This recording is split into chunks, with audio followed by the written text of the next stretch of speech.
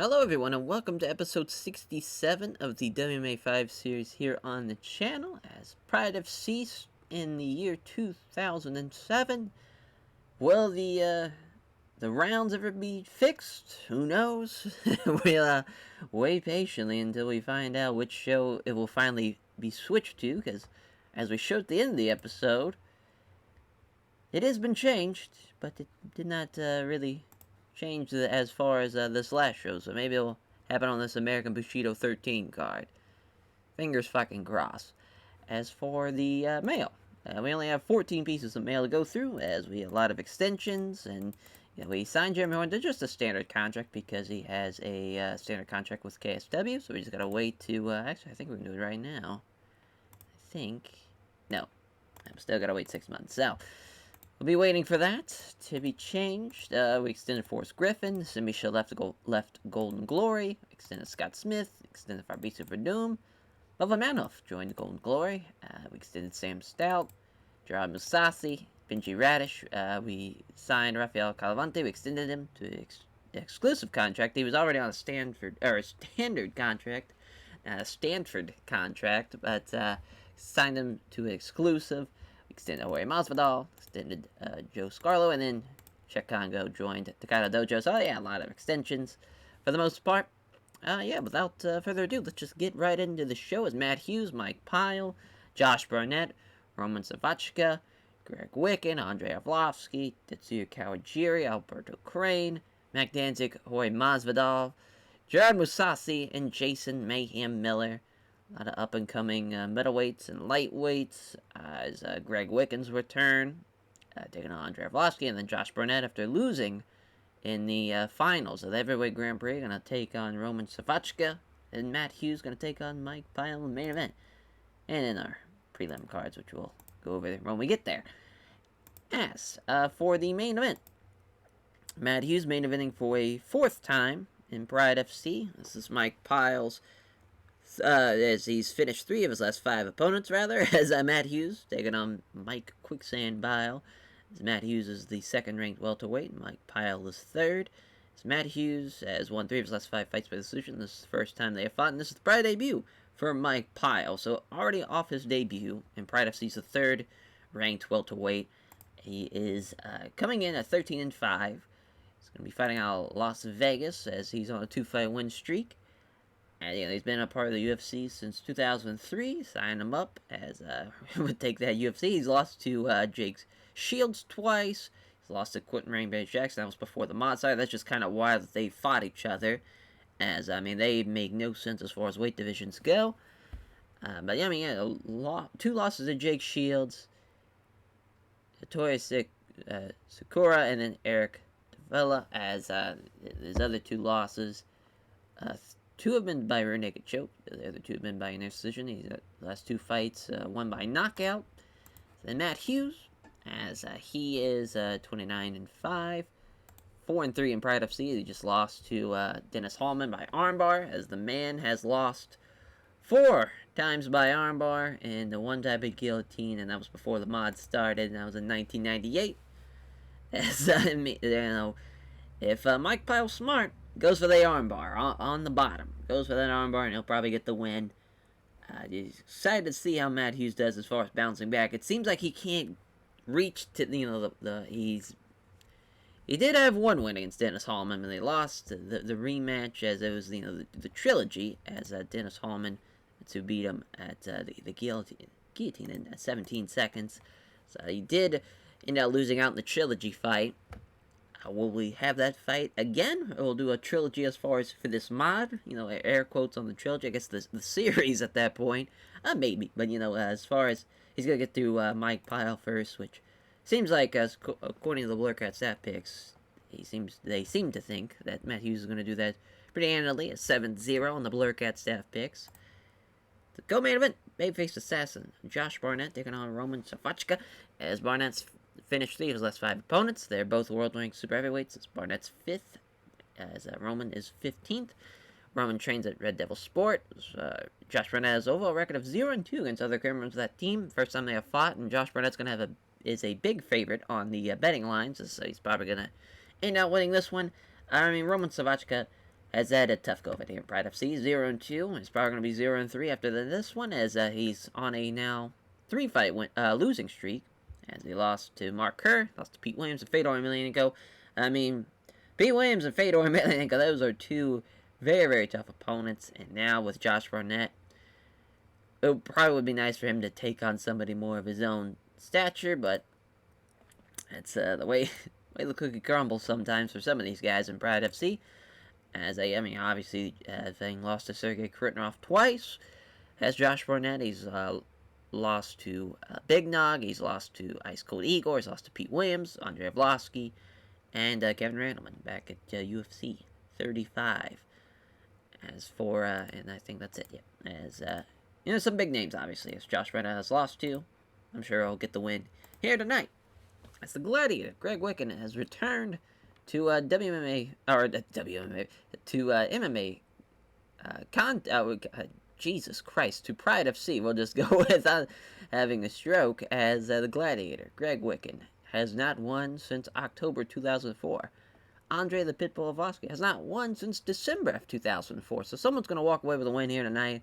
Their first win in a long time, as they're both world-ranked super heavyweights, as Arlovski is 14th, Wicken is 16th. Arlovski has finished 3 of his last 5 opponents. Andre Arlovski, there for a hot minute, was on just a tear. Obviously, beating Jay Tellingman and Don Fry was pretty no-brainer stuff. But beating Andre Arlovski, or beating Alistair Overeem, rather, as then beating Tom Erickson and Marco Hughes, he lost to Simi Chalette at Bad as a Bone, beat Pedro Hizzo, lost to Fedor, beat Couture, beat Josh Barnett, beat Pete Williams, then lost to Big Nog, and then Mirko Krokop. So he just kind of had a tough 2005 and 2006.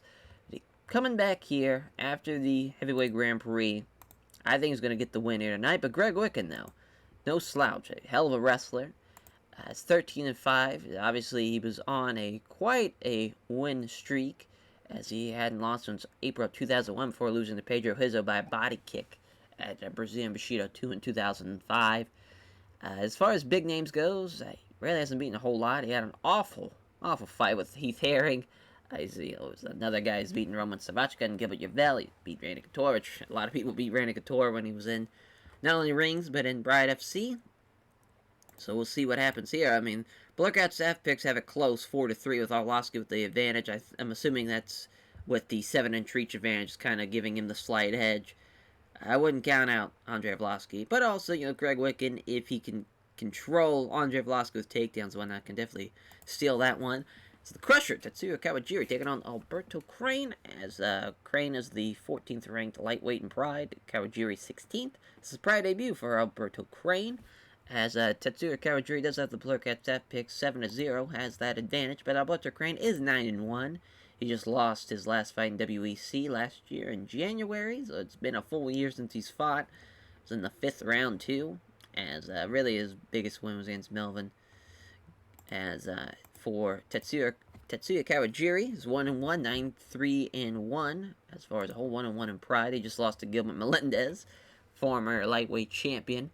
Pride FC, he had a draw with Joe Hurley in the UFC and lost to Takanori Gomi, and he also lost to Joe Hurley, so he's 1-1 against Joe Hurley. But this is a big fight for both guys. So both men will looking to climb that lightweight division with a win here tonight. And Mac Danzig and Jorge Masvidal, again, 2 men who desperately could use a win in the lightweight division, as Mac Danzig has finished 3 of his last 5 opponents. Mac Danzig coming in at 9-4, is 1-1 in Pride. He lost to Gilbert Melendez, another guy who's fallen to El Nino, and then he's beaten Ryan Healy. He lost to Pat Healy at CW 13, and he lost to Gleison Tebow, another CW show. As for Jorge Masvidal, game-bred Jorge Masvidal is 1-0, he's 7-1. He knocked out Katsuya Inoue at March of 2006 at Bushido and Osaka 2.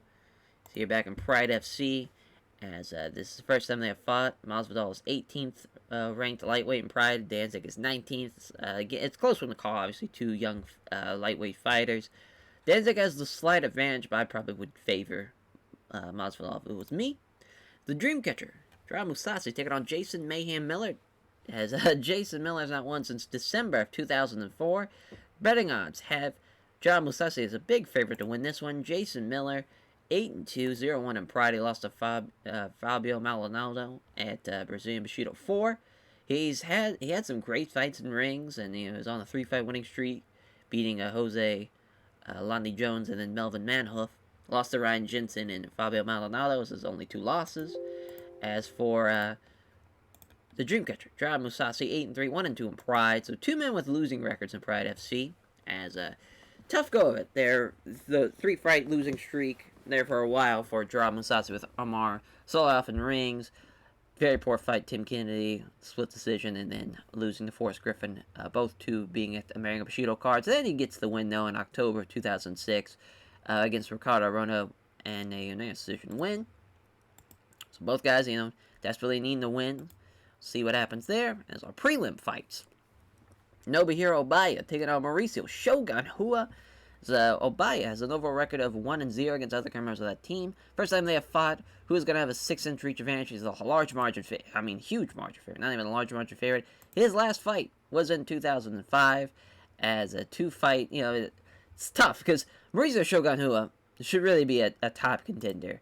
But really the way this save is went with really having 10 fights a card and was only doing, 10, 12 fights a year, or shows a year rather, for the better part of 5-6 years, that really hurt a lot of the guys that were needing, more and more fights. That really hurt a lot of their, because I didn't want to throw like a lot of big time fights out at Mauricio Shogun Hua and like at Lyoto Machida, and having guys grow organically was kind of the idea, and giving them maybe not tomato cans, but tomato cans essentially, and it's back at it again, looking to get a 4-1 win, or looking to leave American Bushido 13.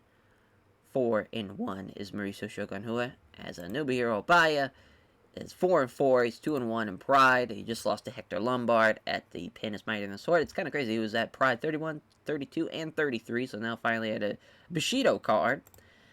We'll see what happens for Nobuhiro Obaya. And Cole Miller taking on Nate Diaz.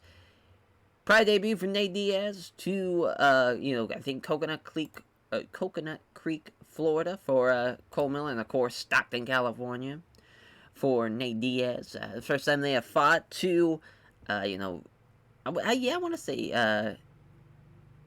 alumni of the Ultimate Fighter series. Nate Diaz. What is there not to love about Nate Diaz? He's the absolute best as far as just an absolute warrior, a last of a dying breed is Nate Diaz. And then Cole Miller, hell of a lightweight this day. So this should be a hell of a contest. Obviously, very, very young in their careers. Nate Diaz has not won since December of 2004. That is a long-ass time, but, again, he hasn't had a fight since 2004. He's 1-0. Was just kind of waiting for the perfect opportunity, the perfect time to debut Nate Diaz. Finally found it. It took 3 years, but I did it. It's not great, not great. It's Cole Miller. He's 0-1. He just had his debut fight at last year at American Bushido 11, which Gray Maynard lost by decision. Both men desperately, just needing some wins underneath their belts, but Nate Diaz is the big favorite to win this one, according to Blurcast stat picks. So Cole Miller might start off 0-2. Would be a tough start for him. As let's see how this one plays out. Minus 450, plus 350 for Cole Miller. Mario Yamasaki is the referee, both Brazilian Jiu-Jitsu guys, with Nate Diaz obviously having a boxing background as a jab as a wife, and Diaz, he scores the left cross.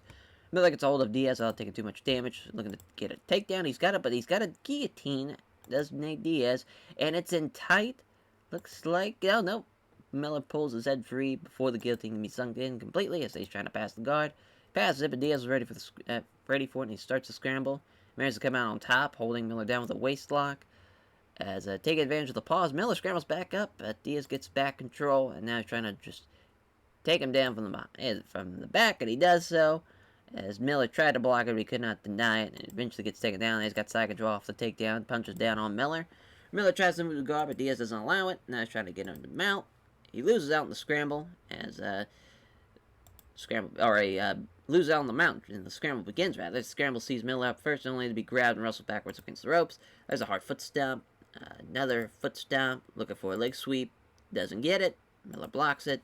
Looking for the trip takedown now, as Miller is taken down by a quick inside leg trip. You can do that with pull guard. Looking to pass. He passes the half guard as Nate Diaz, and his style is starting to work to get out of half guard into better position. He allows the pass. It's just a ploy to allow him to scramble, as Diaz somehow manages to come out on top of a north-south position. Halfway point in the first round, changes position, moving to side control in one fluid motion. Now he's trying to get himself in the mount. Goes for the mount, but Miller starts to scramble for position. The scramble results in Diaz being on his back, pulling half guard. As Miller keeps Diaz guessing with a few quick strikes, Miller throws a few right hands as he takes a moment to plan ahead, gets some separation. Tries to get the scramble position started. There was enough separation, though, as Miller's able to catch him secure side control. As Miller throws a few right hands, he takes a moment to plan ahead. Pounds away, but Diaz calmly deals with him. Blocks Diaz as he tries to transition to guard. He fires away with punches, does little in the way of damage. Blocks the attempt to pull guard. Fires off a handful of punches, each easily being blocked with gloves. Miller fires away with punches, but Diaz doesn't take any undue damage. Diaz tries to move to guard, but Miller doesn't allow it. No progress being made. They stand him back up. Miller moves in, clinches with Diaz, looking to take him down at the end of the round. Stops it, though, doesn't Nate Diaz. And the end of the round. Yeah, I mean, I figured that's, it's weird because you see the strikes, and it looks like it's all Cole Miller. But Nate Diaz has really done a tremendous job of really maintaining the fight on the ground for the most part. He's done a lot of great ground passes. Went for that, he almost had the guillotine off the takedown. It's close, though. It's a lot closer than what appears on the fight metrics here. It's going to come down to this last round here. As it shouldn't be the last round, but they fucked me. As Diaz hits a right hand, but finds nothing but air on the big left. Two fighters come together and start a clinch. Diaz is the aggressor, as Diaz tries to knee Miller, but defends himself well. He catches Miller with a knee strike to the body. Another knee strike to the body, trying to push him so his back's up against the ropes. He does so. He's got complete control, looking for the sweep. He's got it. As he sweeps him down to the ground, he's left on his back. Inside control. Now he's looking to catch his breath. Nate Diaz is pretty much looking to just, keep control of this remainder of this round and end up winning this fight by decision. Bounds away, but is unable to land many clean shots. He blocks Miller as he tries to transition the guard. Trying to transition the guard, but he can't manage it. A few left hands to the body. Moves to guard, but Diaz doesn't allow it. Tries to pound on Miller. Blocks him. Keeps him guessing a few quick strikes. Attempts to, and that's, you don't win it by decision, Nate Diaz. So, yeah. Yeah. It was a very good, undercard fight, though. As poor Cole Miller starting off 0-2, but Nate Diaz 2-0. Big win. Big win. As he calls out Eddie Alvarez, does Nate Diaz. It says he'll destroy him. As Nate Diaz name checks all of his sponsors and thanks all of his fans for trying to support him.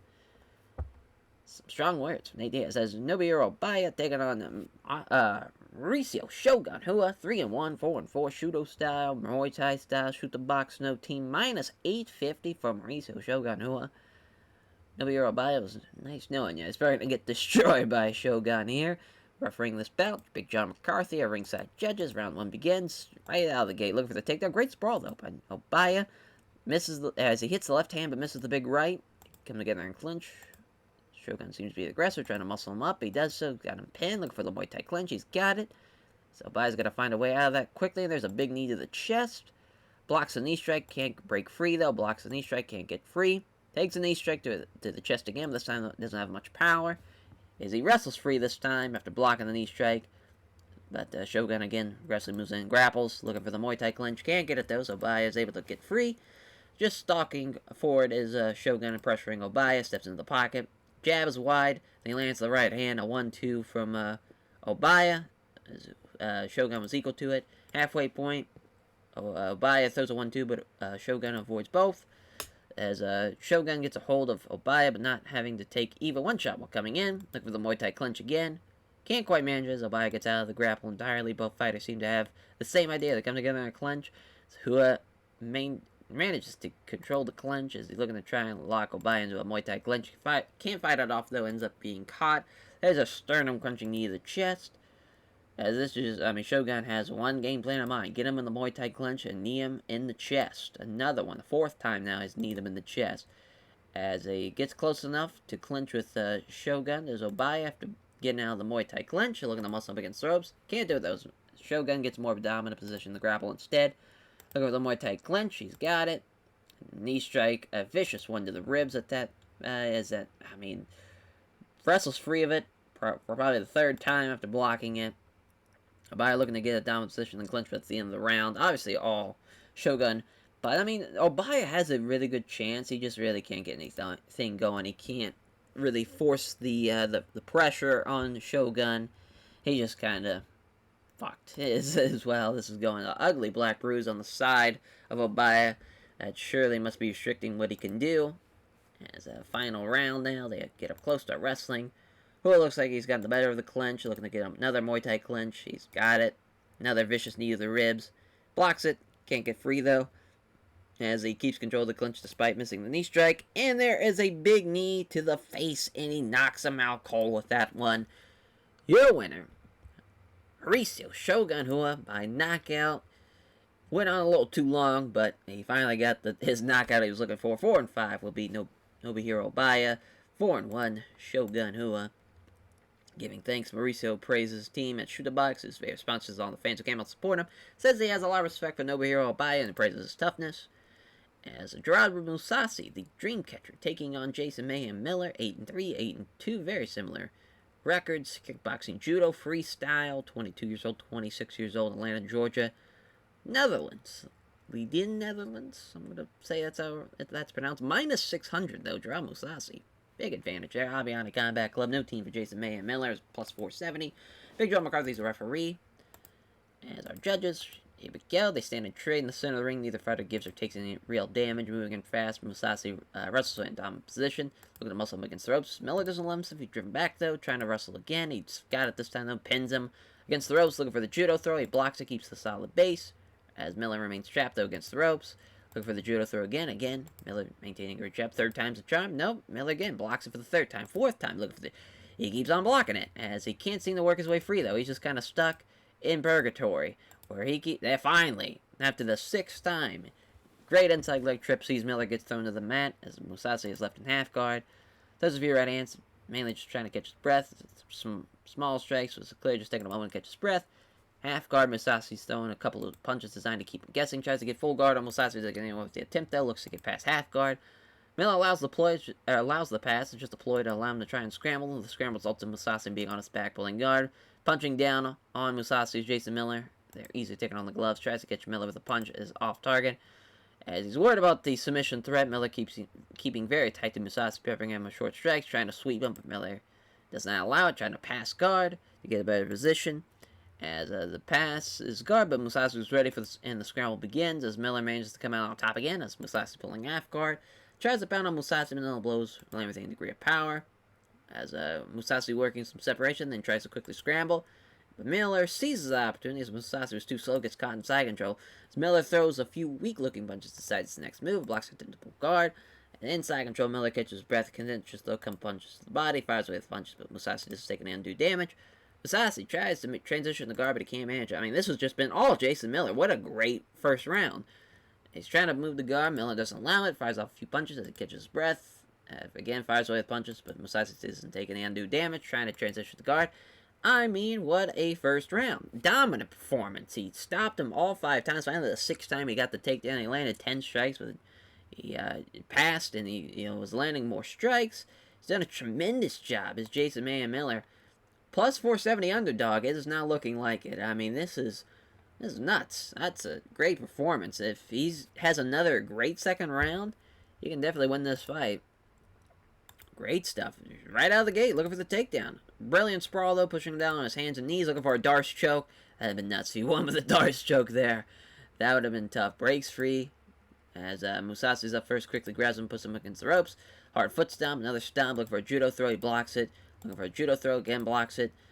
Miller may have stopped the takedowns, but he's having less luck getting away from the ropes.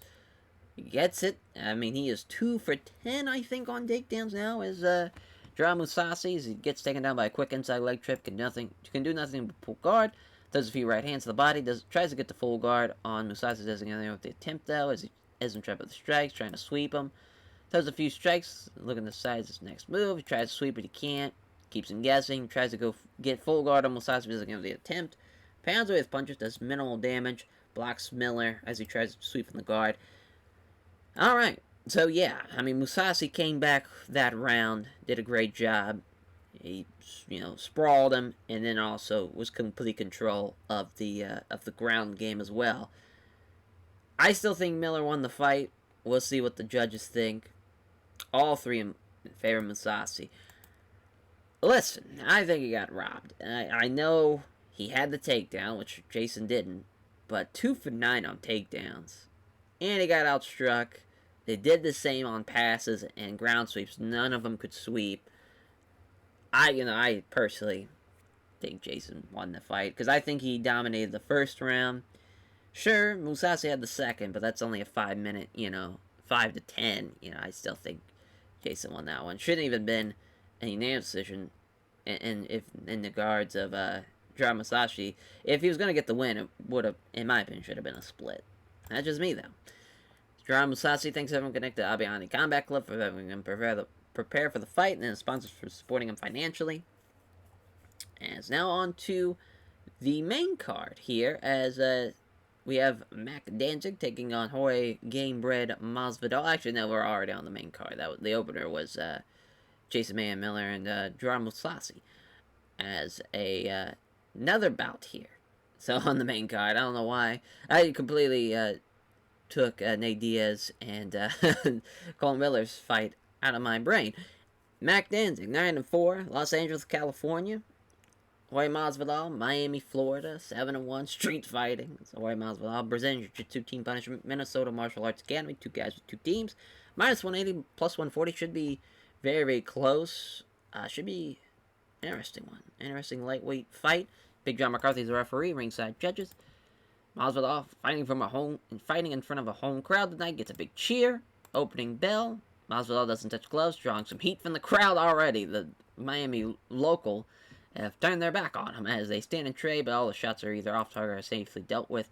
Jab his wife, but Masvidal hits a body kick. Seizes that chance, grabs Masvidal in the clinch, trying to muscle up against the ropes. Doesn't work, though, as Masvidal defends it well, looking to muscle Masvidal again against the ropes. He does it this time, though, as Masvidal scores a few punches to the ribs. Tries to take him down. He cannot stop that takedown. Gives up side control, attempts mount. Doesn't get it, as Masvidal just rolls over, gives up his back instead, looking for the rear naked choke. Masvidal stops it. Blocks Masvidal, tries to roll, looking for the rear naked choke again. Again, doesn't allow it. Doesn't budge on the roll, though. It seems to be moving slowly towards the finish. He applies a very tight body triangle, look for that fucking rear naked choke, and he's got it. Masvidal tapping out. Florida. It's a tough go for Jorge Masvidal. You let your whole state down. 7-2 now is Jorge Masvidal.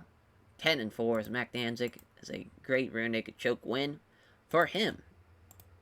As Mac Danzig thanks everyone connected to Team Punishment for helping him prepare for the fight, and his sponsors for supporting him financially. He says he's really happy at the submission win, and he has a lot of confidence in his chokeholds. Our next fight, Crusher, Tatsuya Kawajiri taking on Alberto Crane, making his Pride debut. 9-3-1, 9 wins. 9-1. Potentially, someone's going to walk away with their 10th win. Could be a draw. Don't want to be too careful on predicting a victory for one of these two men. As Brazilian Jiu-Jitsu, Kickboxing, Wrestling, Paresta, Minnesota Martial Arts Academy. Minus 110, plus 100. Another close one on the betting lines. And, 2 men very even on the pro records. Should be a hell of a fight.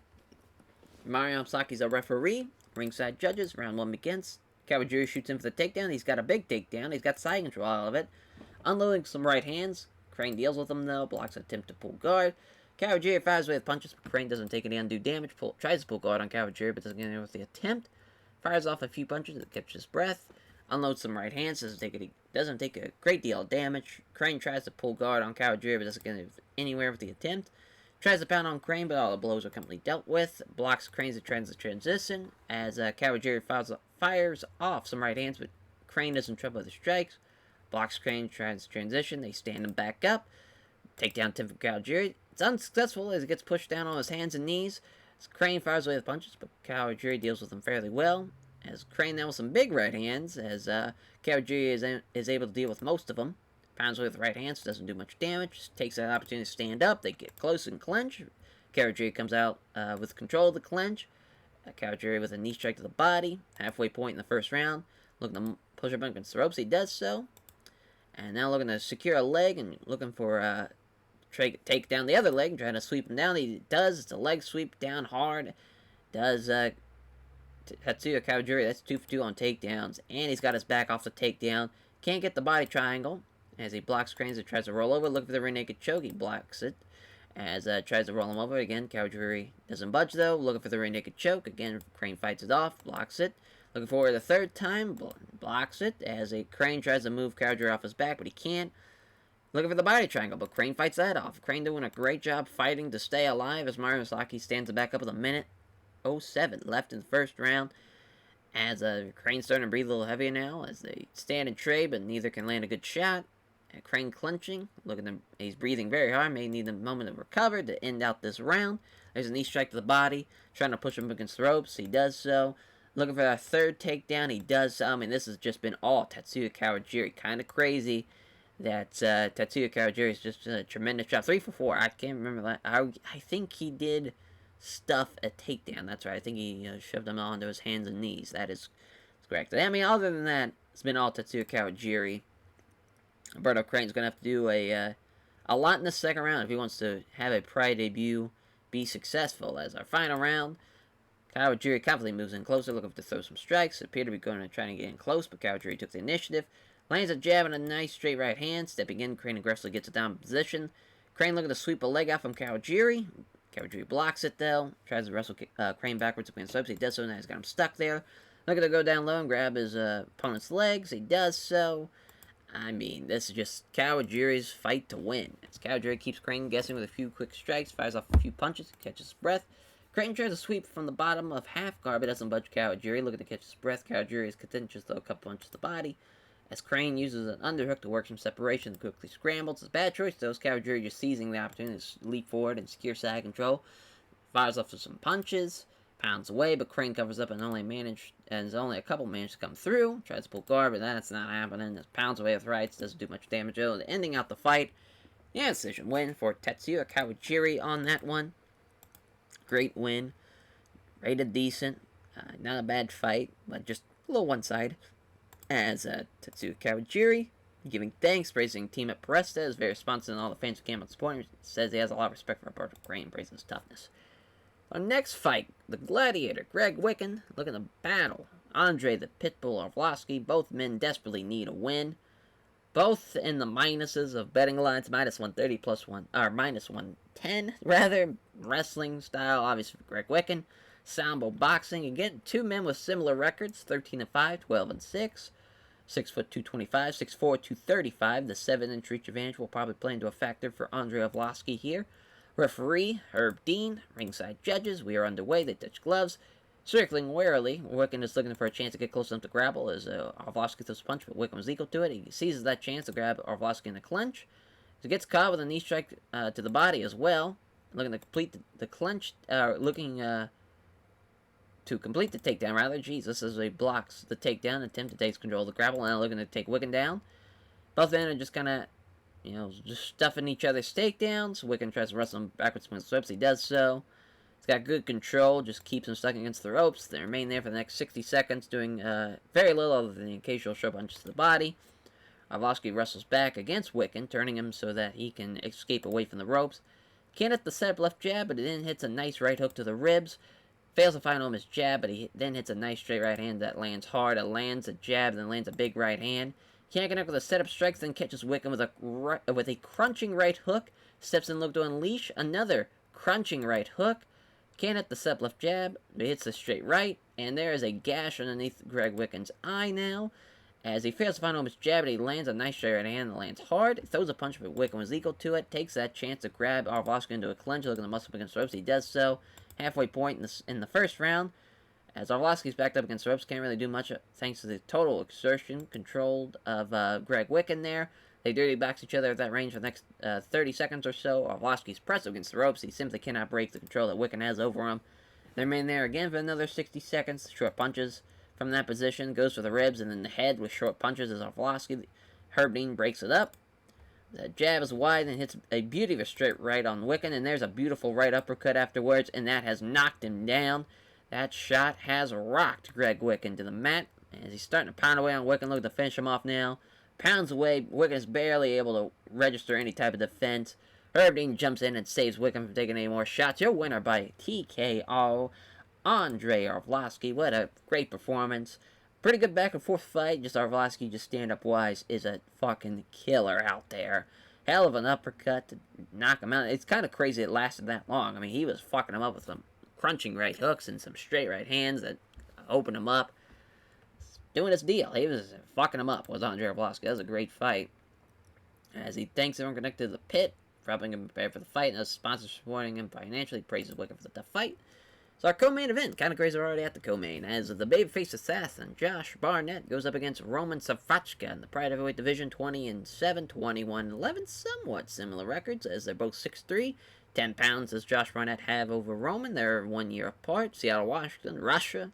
Catch Wrestling, Sambo, -490, +390, Roof Sport, Red Devil Sport. This might be the first time Josh Barnett has beaten a Red Devil Sport guy, so we got a lot riding on the line here for Josh Barnett, looking to bounce back after losing the finals of the Heavyweight Grand Prix to Sergey. So as Mario Saki's a referee, a ringside judges, opening bell. Roman comes in looking for the takedown. Barnett stops the takedown with a great sprawl, safely steps away, can't hit the step left jab, and he catches Roman with the right hook. Roman shoots in for the takedown. He's got it as Barnett pulls guard, but he's got a guillotine on the way down. As he gets a guillotine, but cannot get Roman to tap out. Wow, it looks like Roman must have been able to stop the choke from being fully sunken in. As Barnett finally gives up and lets go, but may have gasped his arms on the submission. Wow, that's the first time we've seen that, where someone just kind of squeezed with all their might, and it wasn't enough. It just wasn't sunken in properly. So Roman fires off a few punches. They're not throwing any great force. Is not giving his opponent any room to work with. Roman keeps close body-to-body contact while throwing short strikes to the head and body. Keeps him pulled in tight. Some more short, sharp punches to the face. As there's a shoulder smash to keep Barnett down. Doesn't allow Barnett to lock him up with double underhooks. Aware of the submission threat, again keeping him very tight. As he's trying to sweep him, but he can't. I mean, Roman doing a great job. Doesn't allow it, as they stand him back up to Mario Saki in 6 minutes. Roman looking to send him right back down. It's unsuccessful though, another great sprawl. Steps back safely, looking forward again, another sprawl. Again, he's got it this time though. He gets taken down by a single leg. Roman is just a man possessed with these takedown attempts. And yeah, it was a great job for, Geronimo Sassi won the fight like that by just trying to go for as many takedowns as humanly possible. But in guard, Roman throws a couple punches to try and keep Barnett guessing as he peppers him with some small strikes, making sure to keep very tight, not give up any room to work with. Blocks attempted sweeps, some minor strikes, applies double underhooks, and keeps Roman from launching the attacks. Looking to throw some weak punches now, and as he decides his next move. As he reaches up for an armbar, Roman fins off Barnett, doesn't give up the arm, stands it back up again with 2 minutes left, looking for the takedown. He sprawls again. Prevents it, moves out of range, looking for it again. Another great sprawl. Minute left. Another takedown attempt. Another great sprawl. Another takedown attempt. Another great sprawl. I mean, rinse and fucking repeat. This time he doesn't sprawl, though. He almost got away, but not quite. He's left hopping on one leg. Gets pushed up against the ropes. That's the end of the round. Man, 2 for 10 on takedowns. He's landed a lot of shots. We see how the judges favor guys who just go for takedowns after takedowns after takedowns. They feel like those guys are in control of the fight. They're pushing the tempo, and they land more strikes. I mean, I don't think it's right, but I get where judges come from as far as that perspective goes. I feel like if someone's stuffing takedowns all night, you're really not doing a great job, but that's just me. As start of the second round, as Roman looked like he was about to shoot, but Barnett stepped in fast and clenched, tries to wrestle him against the ropes. He can't do it, though, as Roman defended well. Is he looking for a sweep as Barnett? He's got an excellent outside leg trip. Sees Roman get thrown to the mat. He's got the back, as he's got a body triangle, too, looking for the rear naked choke, and he's got it. I mean, what a performance there by Josh Barnett in the second round. Stuffing his takedowns all the way, lasting into the second round to Roman. Hell of an effort, but it was not enough, as Josh Barnett got that sweep, got the back, rear naked choke. It was basically automatic once he got the takedown. As that's a big win. Another good fight. It's been a pretty good card. As we've had a lot of finishes too. That helps. As now we're on to our main event. As before we get to that though, Josh Barnett post-fight interview as he gives a name check to everyone at Roof Sport, all of his various sponsors, all of his friends, family, and supporters. Says it's a tough fight and gives a show of respect to Roman Savaca there. Main event. welterweight division, Matt Hughes, Mike Pyle, the number 2 welterweight in the world, taking on the number 3 welterweight in the world. It's Matt Hughes 29-5, Mike Pyle 13-5, Hillsboro, Illinois, Las Vegas, Nevada. 31 years old, 33 years old, 5'9", 183, 6'1", 183 wrestling, jiu-jitsu, Militich Fighting Systems, AMC Barrington. It's kind of crazy. They're the second and third ranked welterweight, and you see the betting line difference. Minus 380, plus 300. It is not close. That is a steep line between second and third. It's our main event here. Big John McCarthy is our referee. Our ringside judges. Fight begins. Start with a touch of gloves. Mike Pyle with a 1-2. Fails to land, though. Gets a hold of him. Does Matt Hughes, rather. Not Mark Hughes. Is trying to push Mike Pyle. So his back is up against the ropes. Manson controls him. There's a knee strike to the ribs. Another knee strike to the inside of the thigh now. As some dirty boxing. Some more dirty boxing. Tries a dirty boxing, but Pyle out-wrestles him. Switches him. Now he's in a down position. Looking to get a Muay Thai clinch. Fights off, but he's still stuck against the ropes. Looking for it again. Again, fights off, but he's still stuck against the ropes. Referee brings him back to the center after they're kind of stuck there. Aggressively moves in, risking taking some strikes if it gets a chance to get some grappling started. He can't connect with a setup strike, but he catches Matt Hughes with a right hook. Gets a hold of Mike Pyle, though, even after the right hook, and he's looking to muscle him against the ropes. He does so. Knee strike to the ribs. Some dirty boxing. Pins him with a couple of nice right hands to the side of the head. Looking to get a Muay Thai clinch of his own. He does so, and Mike Pyle is in trouble. There's a knee strike to the chest. As he finds himself caught, as Matt Hughes, as the leverage allows Mike Pyle to wrestle free of the Muay Thai clinch. Halfway point, Pyle moves in and ready to attack. As Hughes looked like he was angling for a grapple, but can take the initiative. A jab lands from Mike Pyle, but he finds out the way around the big right. As Pyle doesn't get trouble his opponent with a combination thing and a high right head kick. Jab hits home from Pyle, then hits a slithering leg kick to Matt Hughes. As a jab lands from Pyle, and the falling body kick misses, he's able to grab Mike Pyle. Does Hughes, as Hughes is able to push Pyle, so his back is against the ropes, he does so, he's got him pinned there, some dirty boxing, as he tries a knee strike, but Pyle sees that as a golden opportunity to switch it around, so now he's in control, and Hughes is the one with the back against the ropes, looking for the Muay Thai clinch.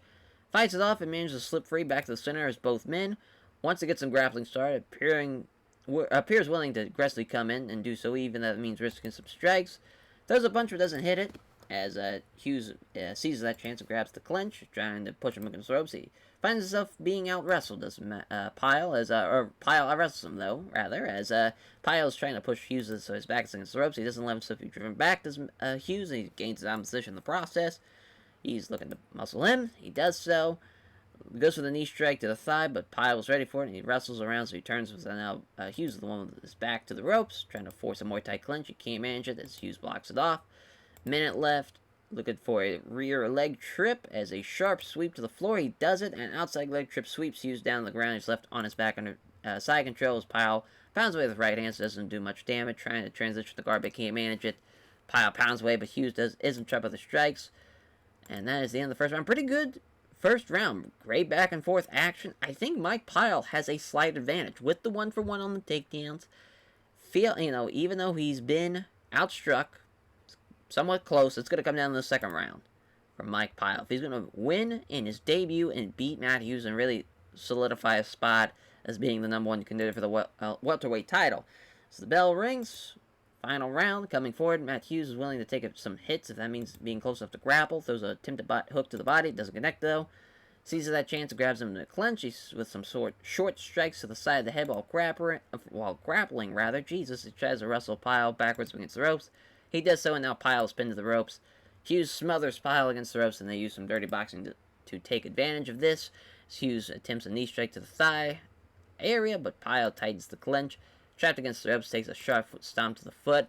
Hughes pins Pyle up against the ropes and uses some dirty boxing to inflict some damage. There's a hard foot stomp from Hughes. Hughes doing a great job. Complete control of the second round. As he pins him against the ropes, left side of the stomach. As having been stuck against the ropes for a good while now, Big John McCarthy breaks him back up, starts him back in the center. Pyle comes forward once more, and as the corner is urging him on to attack. Yeah, this is now or never. Who wants to win this fight? Starting to breathe a little heavier now as Matt Hughes he's been working his ass off this entire fight, as is Mike Pyle. He's given the first inning, starting to tire touch. As he looked at his angling to get a grappling initiative, but he couldn't take the initiative rather. As he can't connect with a set of strikes, but he scores with a right roundhouse kick to the ribs. Can't connect with a set of strikes again, but there's a nice straight right hand. Gets off Pyle without taking too much damage. As he's looking to pick him up on his shoulders for a slam, and he does so. What a huge slam. Plants him on his back, as he can only stop Hughes at side control. Pretty much secures, I think, this win that slam did for Matt Hughes. He's trying to transition to guard, but can't manage it. Minute left. Throws a few right hands as he takes a moment to plan ahead. Tries to pull guard on Hughes. Doesn't go anywhere with the attempt. Fires off some right hands, but Piles and drop other strikes. And that is your fight. Your main event is over. And I think your winner by unanimous decision, Matt Hughes. What a great fight, though. I think that was one of Matt Hughes' best fights. It was only rated average. I thought it was a lot better than average. That's just me. 13-6 will be Mike Quicksand Pyle. 30-5 will be Matt Hughes. Great record for him. Great fight. Great effort from both men. Matt Hughes thanks everyone connected to Meldritch Fighting Systems for helping him prepare for the fight, and also his sponsor for supporting him financially. So he has a lot of respect for Mike Pyle, and he praises his toughness. As, critical rating of 67, commercial rating of 68. Not great. Not a great draw is Matt Hughes and Mike Pyle, but I felt like that was a pretty good main event. I think it was a good card. I think it shows there with a critical rating of 67. But, yeah, we decreased popping basically everywhere. Not a great show for us as a whole. But I'm still happy with our performance of most of the guys, plus we made $2 million. So, in the end, I think it was worth it. So that will do it for this episode. Thank you all for watching, as we will catch you next time for our second ever worldwide show. Fedor Emelianenko going to take on Big Ben Rothwell in the main event. Should be a hell of a heavyweight contest. That's going to be like a 10-inch reach advantage for Big Ben Rothwell. That's going to be nuts. As I hope you all are excited for it, as we will catch you guys next time. Take care, everyone.